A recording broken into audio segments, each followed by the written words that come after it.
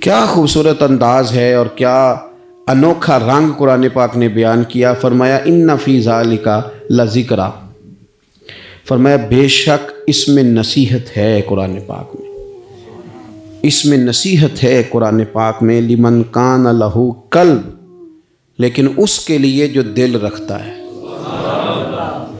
اس میں نصیحت ہے قرآن پاک میں، لیکن اس کے لیے جو دل رکھتا ہے. ان فی ذالک لذکریٰ لمن کان لہ قلب، اس میں ان کے لیے نصیحت ہے جن کے پاس دل موجود ہے، اور جن کے سینے میں دل ہی نہیں، پتھر ہے. جن کا دل تو ہے پر وہ دھڑکن سے خالی ہے، جن کا دل تو ہے پر وہ درد سے خالی، جن کا دل تو ہے پر وہ کیفیت سے خالی.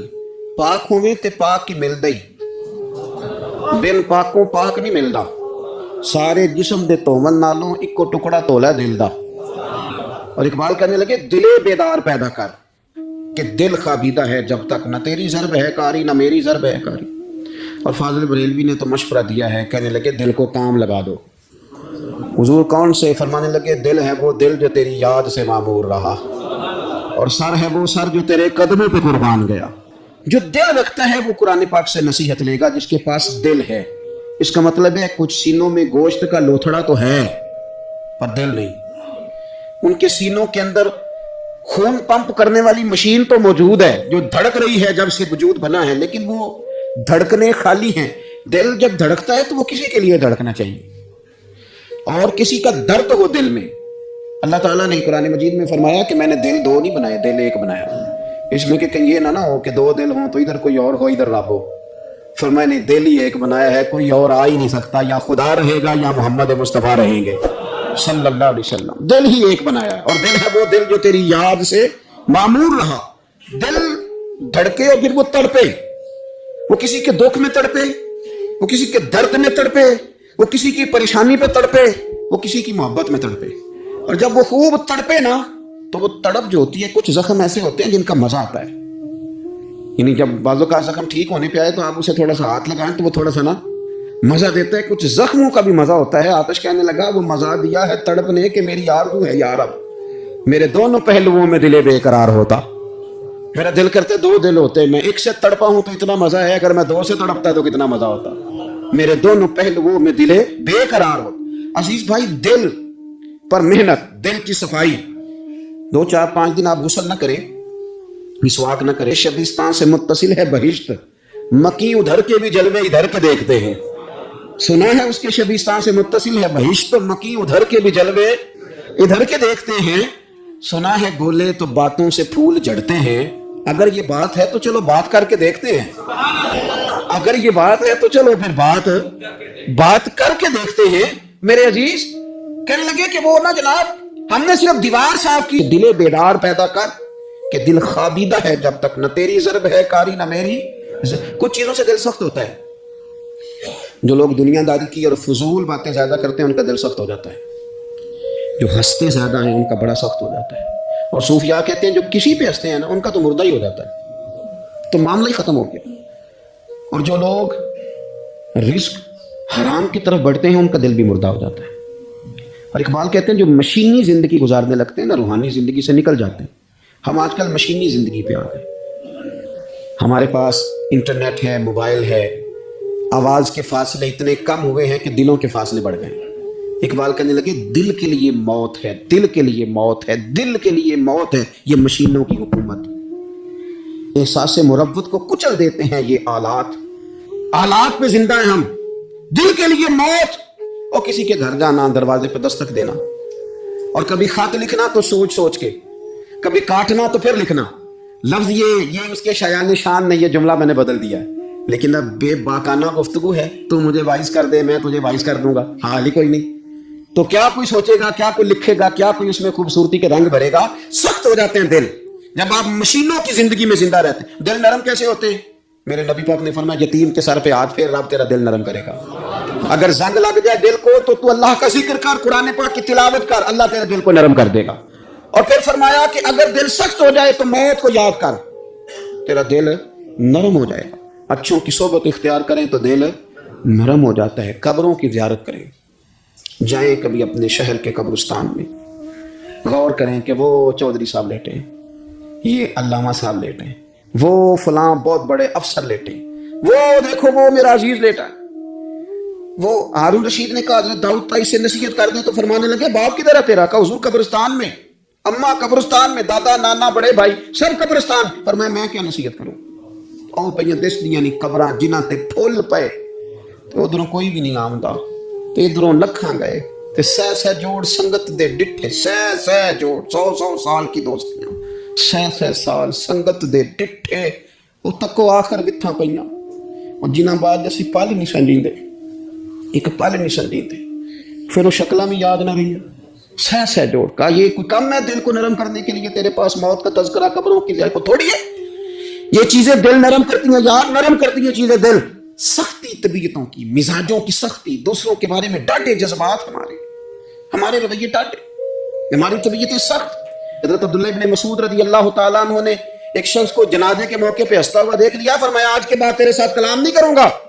جس کا جنازہ دیکھ کے بھی دل نرم نہیں ہوا اور قبرستان دیکھ کے بھی دل نرم نہیں ہوا، وہ تو سخت دل بندہ ہے۔ سخت دل بندے سے دوستی کبھی نہیں رکھوں گا، میں تو درد دل والوں سے پیار کروں گا، تیرے ساتھ میں کلام نہیں کرتا۔ تو کس طرح کا شخص ہے بھائی جسے یہاں کے بھی ہنسی آ رہی ہے، مزاق سوچ رہا ہے؟ تو دل کی نرمی، میرے نبی پاک صلی اللہ علیہ وسلم نے نا دل پر، ہم نے نا کپڑوں پر بڑی محنت کی، ہم نے چہروں پر بڑی محنت کی، ہم نے اپنے ظاہر کو سنوارنے پر بڑی، ہم نے اپنے حق میں بڑے بڑے لفظ یاد کیے، بڑی کہانیاں یاد کی، پر دل کے لیے محنت، اس پر محنت ہی نہیں کی۔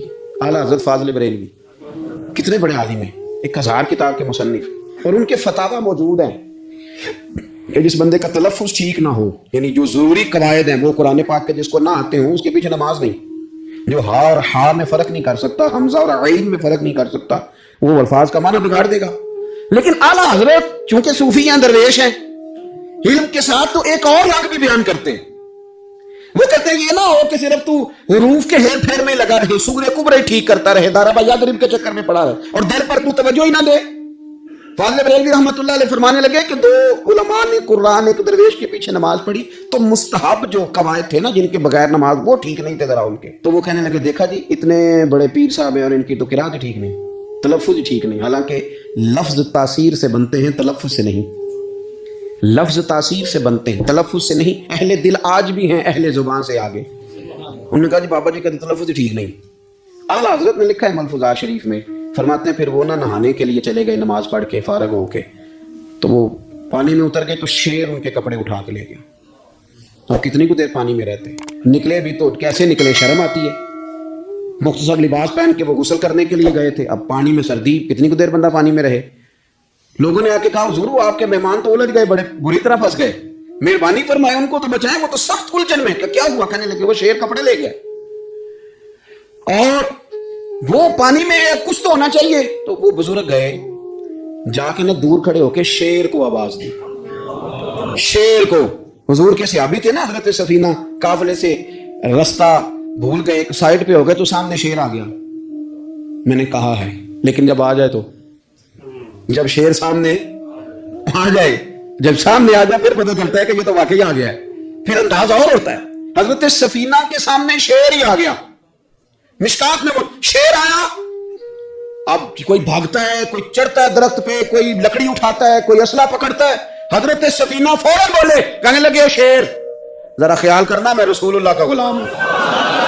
پھر آکھیا شیر سفینہ تائی جانا یارا جاندے، اور جڑے غلام رسول اللہ دے اسی غلام ہونا دے۔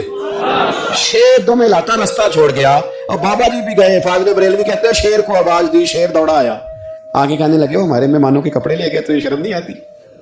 تو شیر کپڑے اٹھا کے واپس لایا، ان علماء کو، حضرات علماء کو کپڑے پیش کیے۔ جب ان کو پیش کیے تو پیش کرتے ہی بزرگ پھر فرمانے لگے، کہنے لگے مولانا تم نے لفظ سیدھے کیے ہیں، میں نے دل سیدھا کیا ہوا ہے۔ تم نے محنت کر کے نا لفظ ٹھیک کیے ہیں، لیکن میں نے دل ٹھیک کیا ہے۔ دل پاک ہوئے تے پاک ہی ملتا ہے، تے بنا پاکوں پاک نہیں ملتا۔ سارے جسم دے توون نالوں ایک ٹکڑا تولا ہے دل دا۔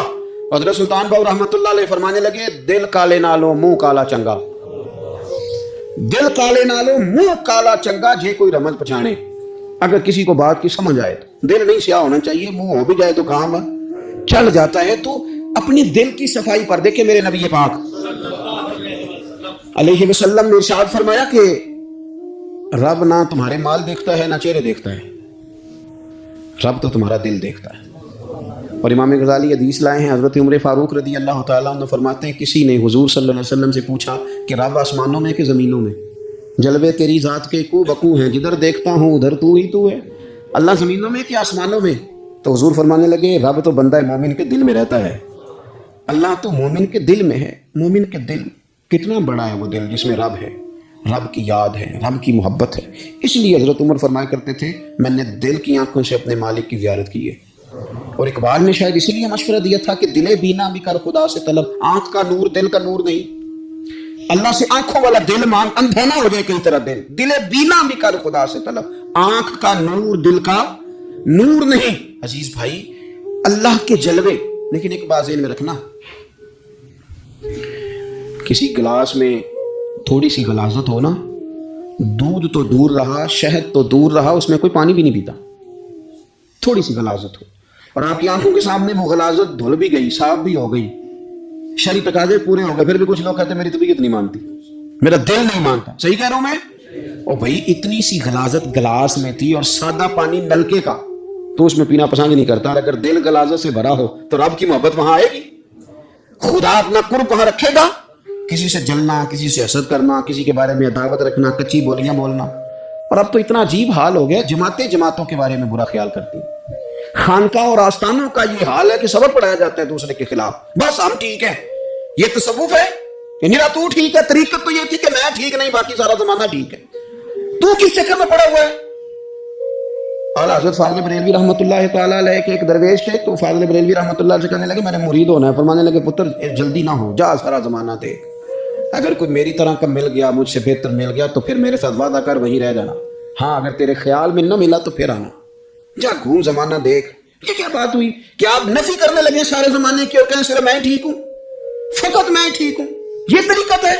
اور تصوف والے تو لوگ یہ کہا کرتے تھے میں تے بندہ ٹھگ جے لوکو، میں تے بندہ چور، اور جس دا خلقت کلمہ پڑھ دی او محمد ہور۔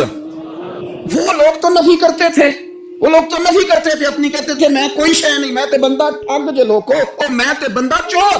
میاں محمد بخش صاحب رحمۃ اللہ علیہ ایک عالم نگار نے لکھا تھا کہ وہ کچھ لوگ نا سکھ ہندو یہاں رہتے تھے، تو ان کا نام محمد تھا چونکہ، تو بات کو شبہ پڑ گیا کہ شاید جن کا لوگ کلمہ پڑھتے ہیں نا مسلمان، معاذ اللہ یہ وہ والے، تو میاں صاحب اپنے بارے میں کیا کہو، میں تے بندہ ٹھگ جے لوکو، میں تے بندہ چور، جس دا خلقت کلمہ پڑھ دی او محمد ہور، اور میں تو ایک ٹھگ ہوں۔ حضرت میاں شیر محمد صاحب شرکوری رحمۃ اللہ علیہ سرتاج ہے اولیاء کے، پیر سید اسماعیل شاہ صاحب بخاری حضرت کرما والا شریف والے، وہ کہتے ہیں میں بیعت ہونے کے لیے جب شرکپور شریف آ رہا تھا تو رستے میں مجھے ایک بزرگ مل گئے، تو مجھے کہنے لگے کدھر جا رہے ہو، کون ہو؟ میں نے کہا میں سید ہوں اور میاں صاحب سے بیعت ہونے جا رہا ہوں، تو مجھے کہنے لگے وہ تو دنیا دار ہے، جیبوں میں ہاتھ ڈالتا ہے لوگوں کی، تو سید ہو کے رائیں کے پیچھے کیا لینے جا رہا ہے؟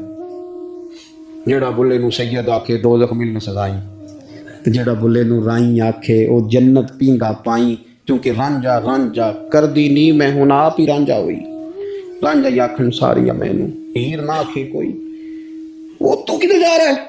کہتے میں نے کہا بابا زیادہ باتیں نہ کر ناراض ہو جاؤں گا۔ کہتے بابے نے کئی دفعہ راستے میں مجھے منع کیا نہ جانا نہ جانا، فلانی جگہ چلا گیا فلانی جگہ، لیکن میں چلا گیا، میری طلب صادق تھی۔ جب میں باہر جا کے بیٹھا تو اندر سے بلاوا آیا کہ میاں صاحب نے بولا، اندر گیا تو یہ تو وہی بابا جی ہیں جو مجھے روک رہے تھے، تو میاں جی خود ہیں، حضرت میاں صاحب کہنے لگے بیلیا تینوں بڑا موڑیا پر تو موڑیا ہی نہیں۔ وہ تو روکتے تھے، اپنی نفی کرتے، دل صاف دوسرے کے بارے میں، نظریہ صاف، کسی کے بارے میں خیر کا جملہ، کسی کی وکالت کرنا، کسی کا عیب چھپانا، کسی کے بارے میں اچھے لفظ بولنا، یہ مومن کی شان ہے۔ مومن کا دل ایسے سوڑا، میرے نبی پاک صلی اللہ تعالی وسلم نے فرمایا یہ میرا زید بن حارثہ ہے، اس کا دل اللہ نے نور ایمان سے بھر دیا ہے، ایمان سے دل بھر دیا رب تعالیٰ نے۔ ایک دن صبح صبح حضور نے پوچھا، داتا صاحب نے اس پر لکھا ہے، نبی پاک نے پوچھا آج تم نے صبح کس طرح کی؟ عرض کی یا رسول اللہ اس حال میں کہ میں پکا مومن ہوں۔ حضور نے فرمایا تو پکا مومن ہے، کس طرح؟ کہنے لگے یا رسول اللہ میں اس طرح کا مومن ہوں کہ سونا اور مٹی میرے لیے برابر ہے، پیسے آ جائیں تب بھی کوئی ٹینشن نہیں، نہ آئے۔ حضرت زید بن حارثہ رضی اللہ تعالیٰ عنہ عرض کرنے لگے سونا اور مٹی برابر ہے، کوئی پرواہ نہیں۔ تو حضور نے فرمایا تیرے ایمان کی دلیل؟ عرض کرنے لگے یا رسول اللہ میرے ایمان کی شان اور دلیل یہ ہے کہ میں یہاں زمین پہ بیٹھ کے نظر اٹھاؤں تو میری نظر اللہ کے عرش تک جاتی ہے، میں بتا سکتا ہوں کہ جنتی جنت میں جا رہے ہیں اور راضی ہیں، جہنمی جہنم میں جا رہے ہیں اور چیخ رہے ہیں، میں بتا سکتا ہوں. حضور نے فرمایا پھر اس کی حفاظت کر، پھر اس جذبے کی حفاظت کر. جب دل صاف ہو، نور ایمان سے بھرا ہوا ہو، علم لدنی کب آتا ہے؟ علم لدنی نیک آدمی کو ملتا ہے. جب بندہ متقی پرہیزگار ہو نا، ناجائز نہ کھائے، ناجائز نہ دیکھے، ناجائز نہ بولے، تو پھر اللہ تعالیٰ اسے علم کا نور دیتا ہے. جو لوگ کہانیوں میں الجھ جاتے ہیں نا، زیادہ باتیں کرتے ہیں، زیادہ گھومتے ہیں، زیادہ سازشی عناصر کا شکار ہوتے ہیں، ان کے تو حافظے کمزور ہو جاتے ہیں، یاد ہی نہیں رہتا، باتیں اتنی کرتے ہیں پتہ نہیں سویرے کیا کہا تھا، دوپہر کو کیا کہہ رہے ہیں. جب انسان کا دائرہ کار تقوی والا ہو، پھر اس پر علم کی روشنی کھلتی ہے، پھر دروازے کرم کے کھلتے ہیں. اپنے دائرے محدود کر لیے جائیں.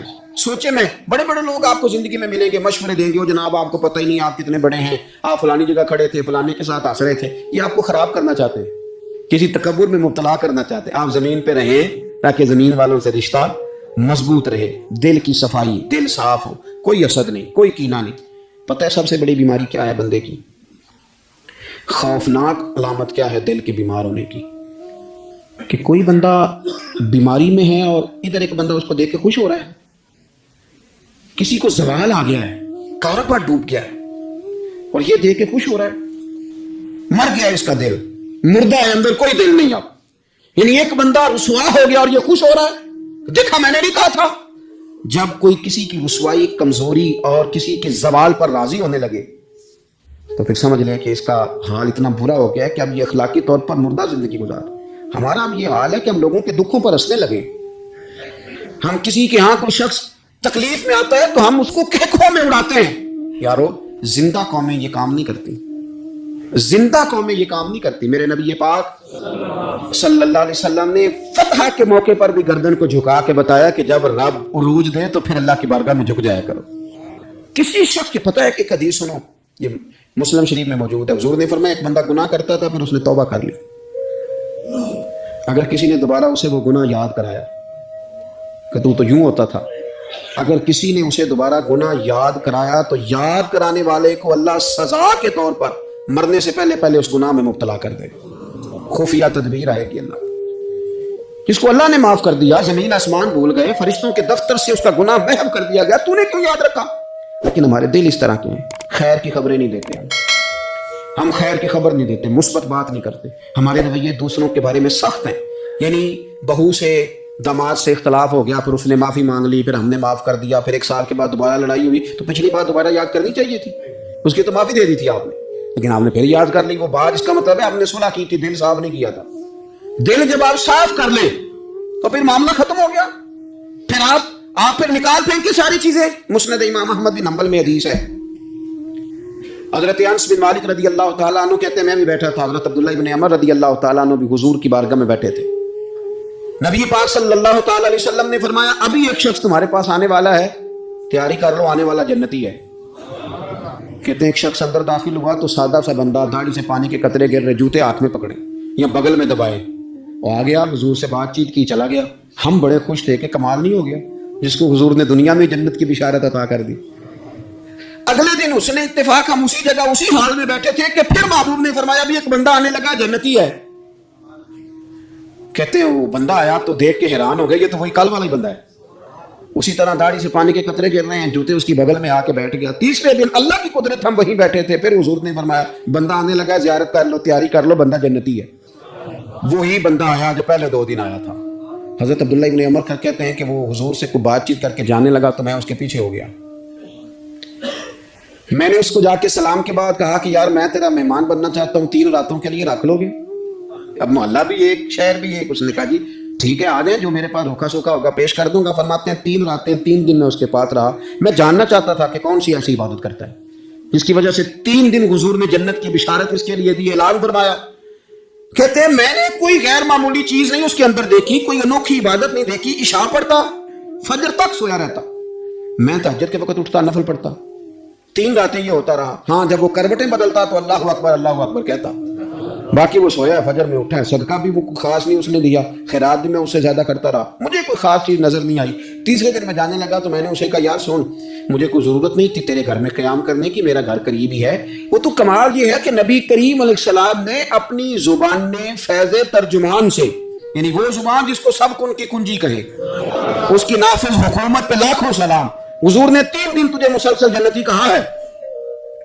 میں تو دیکھنے آیا تھا کہ تیرے اندر کوئی عمل ہو تو میں بھی وہ شروع کروں، تو وہ کہنے لگا یہی ہے جو آپ نے دیکھ لیا ہے، فرض نماز ہی پڑھتا ہوں، روٹین کے کام ہی کرتا ہوں، کوئی خاص چیز تو میرے پاس کوئی نہیں۔ حضرت عبداللہ ابن عمر فرماتے ہیں میں نے تو سمجھا کہ میں تو اس سے زیادہ خیر کے کام کرتا ہوں۔